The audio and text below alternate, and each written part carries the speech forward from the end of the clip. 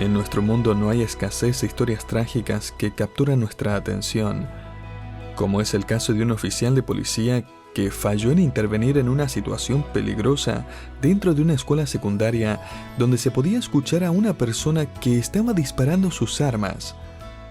Y en lugar de entrar corriendo a la escuela, él permaneció afuera. Y permaneció afuera hasta que fue prácticamente demasiado tarde para salvarle la vida a la más de una docena de estudiantes que murieron.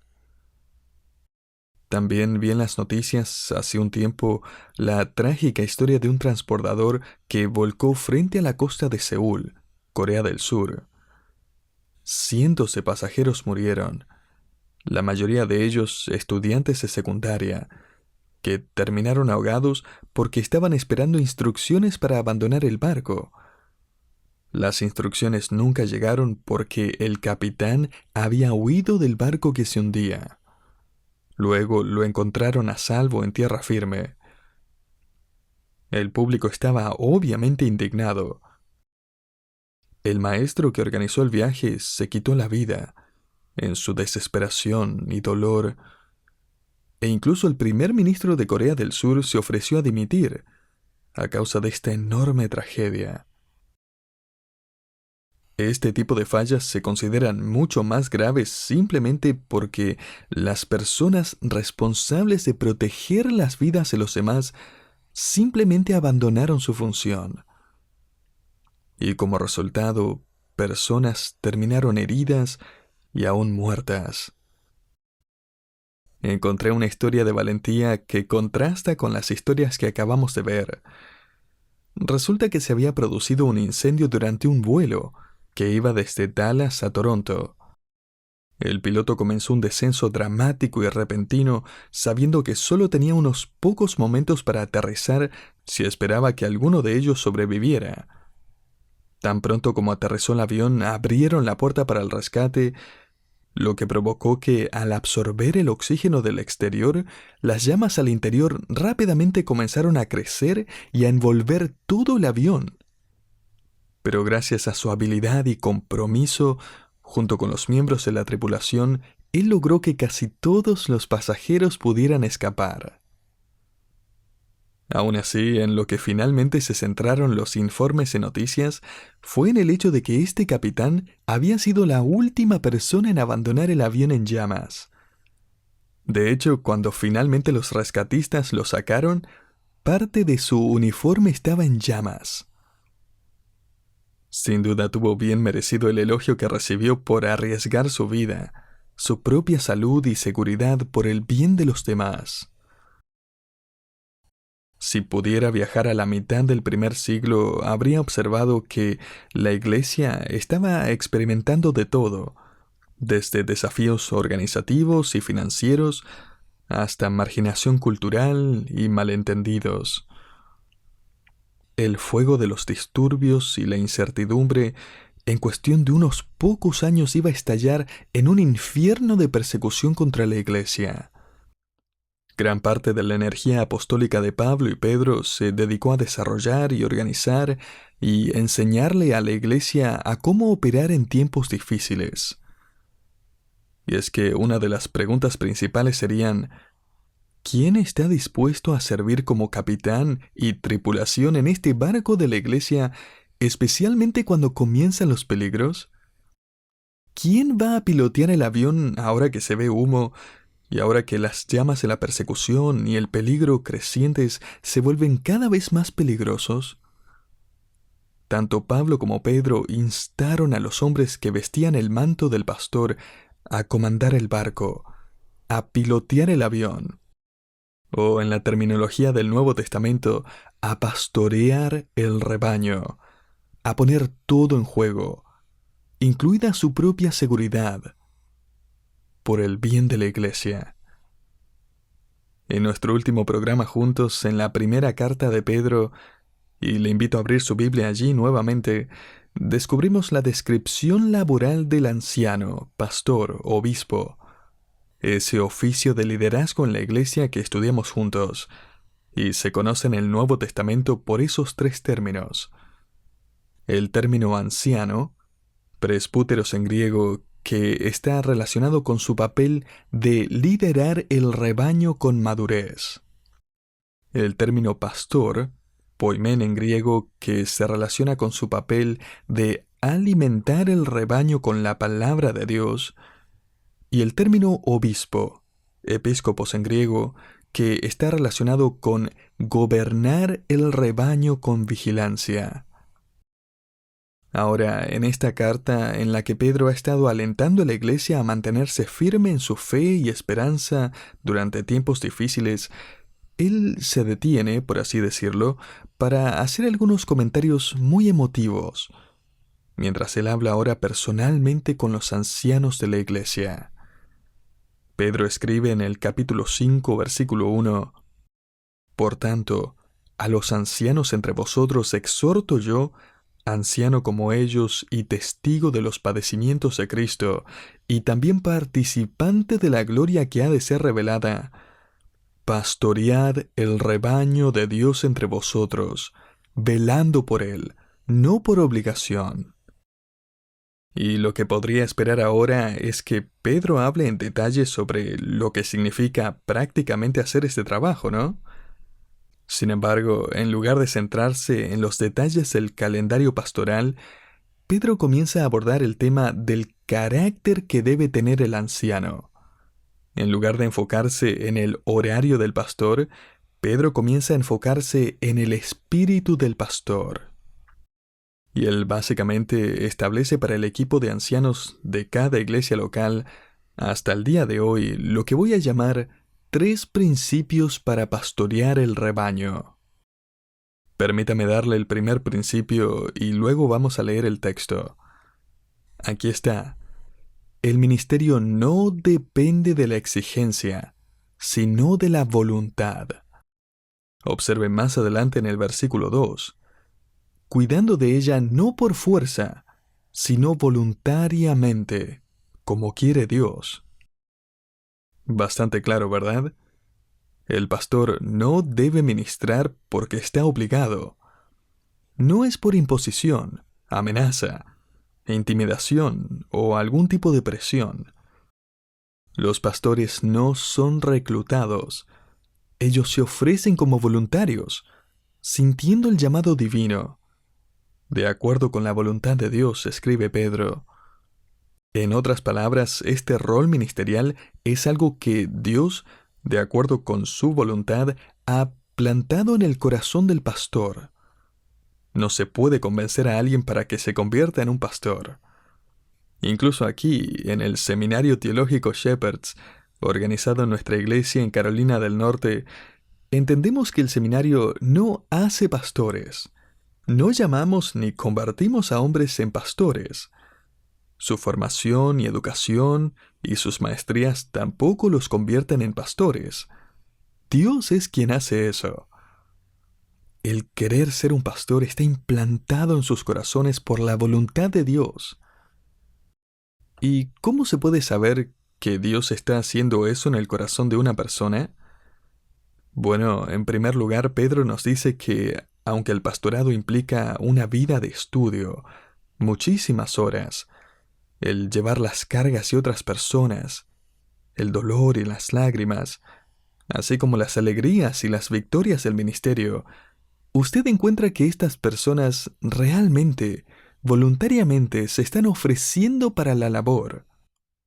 No están obligados a hacerlo, están equipados para ello por la voluntad de Dios. Y por cierto, el hecho de que los ancianos se ofrezcan como voluntarios para su función no significa que les sea fácil cumplirla. Todo aquel que se haya ofrecido como voluntario para servir de alguna manera en la iglesia lo sabe muy bien. La facilidad y la comodidad no tienen nada que ver con su servicio. Estoy leyendo la obra clásica de Charles Spurgeon titulada Discursos a mis estudiantes. Quizás sepa que Spurgeon tenía un colegio de capacitación pastoral allí en Londres, una institución que hoy equivaldría a un seminario. Él les enseñaba a los estudiantes todos los viernes, y él finalmente compiló un libro sobre el pastorado basado en esas charlas. Un capítulo en particular lo tituló Descaecimientos de ánimo del ministro, en el que de manera transparente les dice a sus estudiantes y a la iglesia en general estas palabras: a la mayoría de nosotros nos invaden ataques de depresión. Por más alegres que seamos, a intervalos nos desanimamos. Los fuertes no siempre son vigorosos, los sabios no siempre están preparados, y los alegres no siempre son felices. Puede haber entre nosotros hombres de hierro, pero seguramente el óxido nos irrita incluso a nosotros. Querido oyente, disposición no significa facilidad. Pedro está enviando una descripción y una exhortación para que el anciano fiel permanezca en su puesto, no porque está obligado, sino porque quiere, y no porque sea fácil, sino porque está dispuesto a seguir la voluntad de Dios. El primer principio entonces es este: el ministerio no depende de la exigencia, sino de la voluntad. En segundo lugar, los ministros no son movidos por la codicia, sino por un sincero entusiasmo. Mire nuevamente el versículo 2. Apacentad la grey de Dios que está entre vosotros, cuidando de ella no por fuerza, sino voluntariamente. Y ahora note, no por ganancia deshonesta, sino con ánimo pronto. El término que Pedro usa aquí, traducido ánimo pronto o sincero deseo, es un término que implica un fuerte entusiasmo. En este contexto, los ancianos sirven al rebaño con entusiasmo, con un celo devoto. Se levantan de la cama por la mañana listos para otro día, no como un adolescente que se queda despierto hasta muy tarde y al otro día no se puede levantar. Pedro efectivamente dice aquí: necesitamos hombres que se levanten de la cama por la mañana listos para servir. Y Pedro contrasta el ánimo con la avaricia. En otras palabras, ¿qué es lo que lo motiva? ¿Alimentar el rebaño? ¿O trasquilar el rebaño? El apóstol Pablo le escribió a Timoteo y le advirtió que un anciano no debe ser amante del dinero. 1 Timoteo 3:3. A Tito le escribió que un anciano no debe ser alguien codicioso de ganancias deshonestas. Tito 1:7. Pablo contó su propio testimonio ministerial y enfatizó el hecho de que él nunca había codiciado la plata ni el oro de nadie. Hechos 20:33.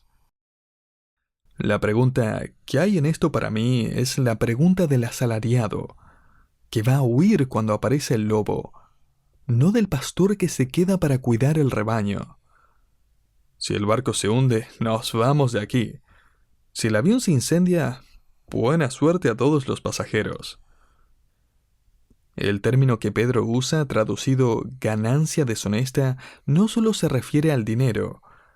Es una palabra con un rango de significado bastante amplio, y puede referirse a codiciar seguidores, aprobación, a tener hambre de fama o de comodidad. El pastor Henry Jowett escribió hace unos 100 años sobre este texto: no estoy seguro de cuál de los dos es peor, el que tiene hambre de dinero o el que tiene sed de aplausos. Pedro está describiendo aquí a un hombre a quien le importa el rebaño, le importa el ministerio. No es solo un trabajo o una forma de ganarse la vida, no es un salario, no son las ventajas del poder, no son los aplausos, la atención. Nada de eso está garantizado de todos modos. Ya sea que reciba ventajas, aplausos y beneficios o no, él está en el ministerio de por vida. Él se levanta de la cama por la mañana con un deseo interno de obedecer a Cristo y cumplir la voluntad de Dios que lo formó para este ministerio.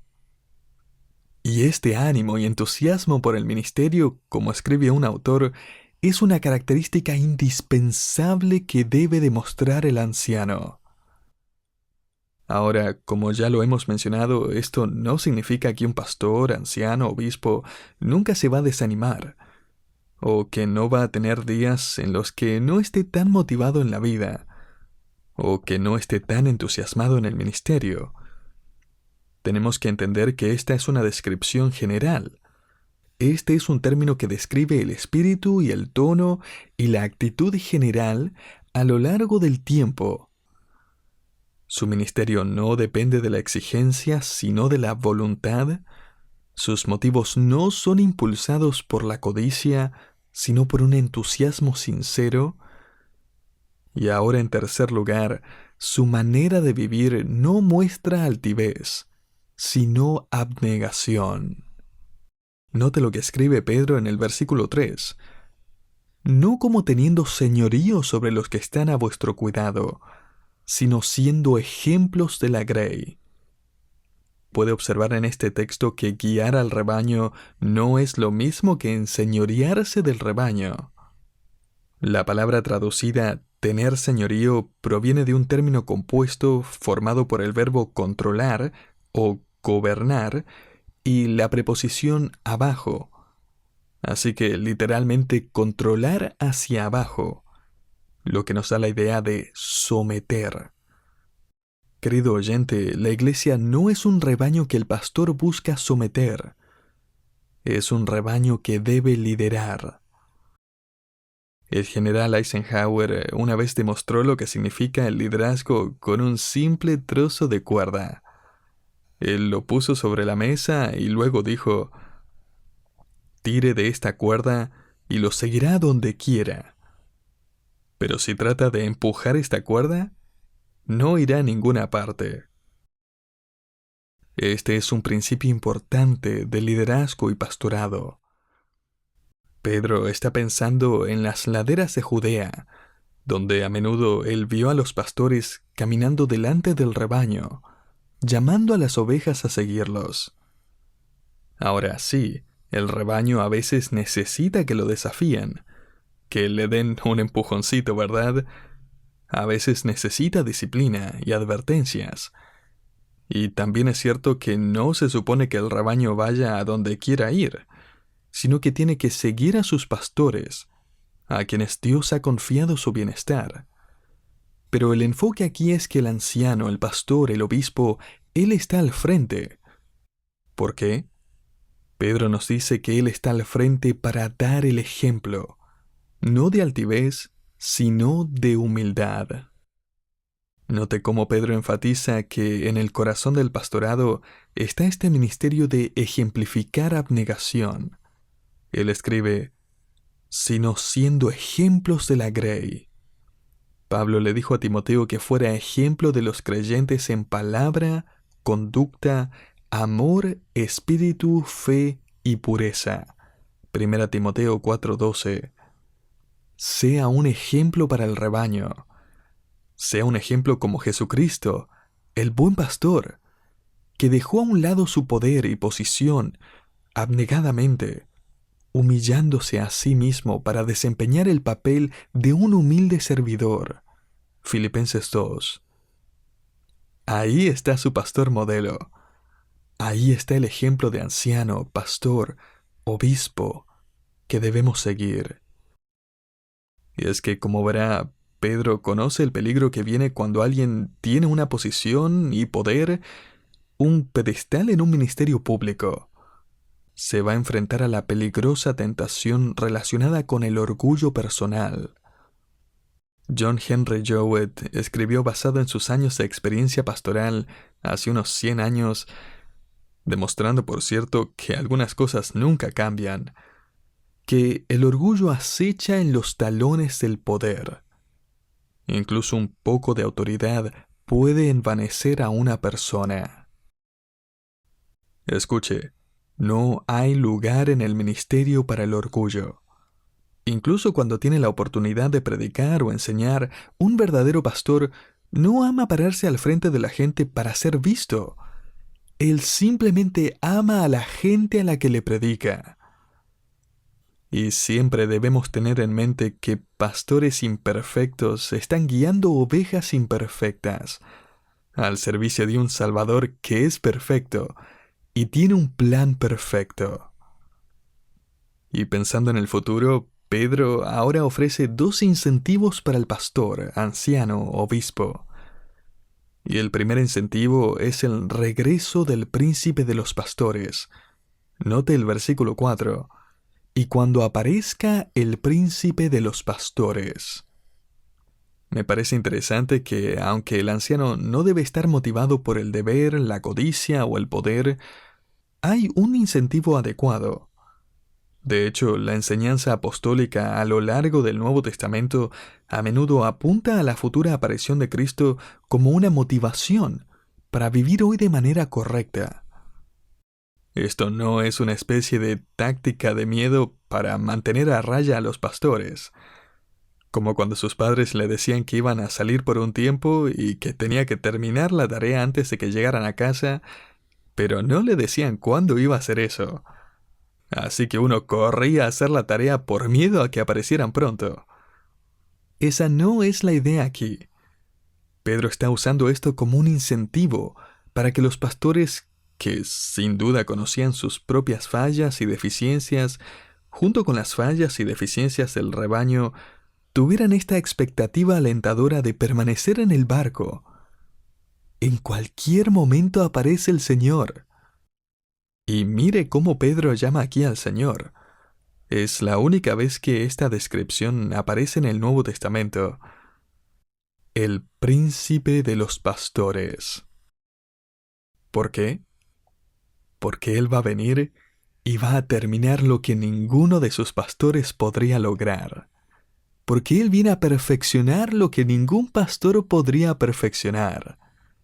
Él es el pastor supremo, que viene a terminar el trabajo y completar la iglesia, y perfeccionar y glorificar el rebaño cuando Él lo llame a su hogar. Pero eso no es todo. Pedro no solo destaca el regreso del príncipe de los pastores, sino que menciona, en segundo lugar, la recompensa del príncipe de los pastores. El versículo 4 continúa diciendo: Vosotros recibiréis la corona incorruptible de gloria. Tenga en cuenta que cada creyente va a recibir una corona, pero Pedro aquí quiere recordarles a los ancianos que ellos también van a recibir una. El apóstol Pablo habla de una corona incorruptible, 1 Corintios 9:25, de una corona de justicia, en 2 Timoteo 4:8, y Santiago habla de una corona de vida, en Santiago 1:12. Mire, todo creyente es parte de la realeza, aún por coronar en el reino venidero, lo que será una demostración más de la enorme gracia de Dios que Él derrama sobre nosotros. Efesios 1:8. Y Pedro aquí le recuerda al anciano que él también va a ser recompensado por su servicio al príncipe de los pastores con una corona. Y lo dice de esta manera: recibiréis la corona incorruptible de gloria. Me parece fascinante que el verbo aquí traducido recibiréis se refería originalmente a una compensación. Es como si Pedro les dijera a los ancianos: por todo lo que sufrieron y soportaron, por todo lo que llevaron en sus corazones, ustedes van a ser compensados como nunca podrían recompensarles en la tierra. ¿Y cuál es esa compensación? Una corona incorruptible. Esta corona, estéfanos en griego, era la corona de laurel, que se le entregaba a los atletas victoriosos. Se hacía de hojas de olivo, o mirto, o roble, y a veces estaban intercaladas con flores como violetas o rosas. Y Pedro aquí contrasta la corona de la que está hablando con estas coronas terrenales. ¿Qué tienen todas ellas en común? Todas se desvanecen, todas se desmoronan, se corrompen. Y todo lo que queda en la vitrina son ramitas y hojas secas, y apenas puede recordar el momento. Pero esta es una corona incorruptible de gloria. Es decir, por toda la eternidad nosotros, tanto ovejas como pastores, vamos a disfrutar de la gloria de lo que sabemos que no merecemos. Y vamos a recordar para siempre el momento en que Jesús, nuestro príncipe de los pastores, volvió por nosotros y nos vistió y nos coronó con gloria que no ganamos. Y quizás por eso los ancianos de la iglesia una vez más tomen la iniciativa y den el ejemplo y sean los primeros en tomar sus coronas y colocarlas a los pies de Jesús, nuestro Señor y príncipe de los pastores, porque sabemos que Él nos capacitó, Él nos empoderó, nos dotó, nos llamó, Él nos confió sus ovejas, porque solo Él se merece el honor y la gloria y las coronas que recibimos, y con gusto las pondremos a sus pies. El apóstol Pedro nos dice: no se olviden de ese día venidero, cuando los pastores imperfectos, que guían ovejas imperfectas, las vean seguras a los pies del perfecto príncipe de los pastores. ¡Qué maravillosa manera de terminar el ministerio! ¡Qué maravillosa manera de comenzar la eternidad!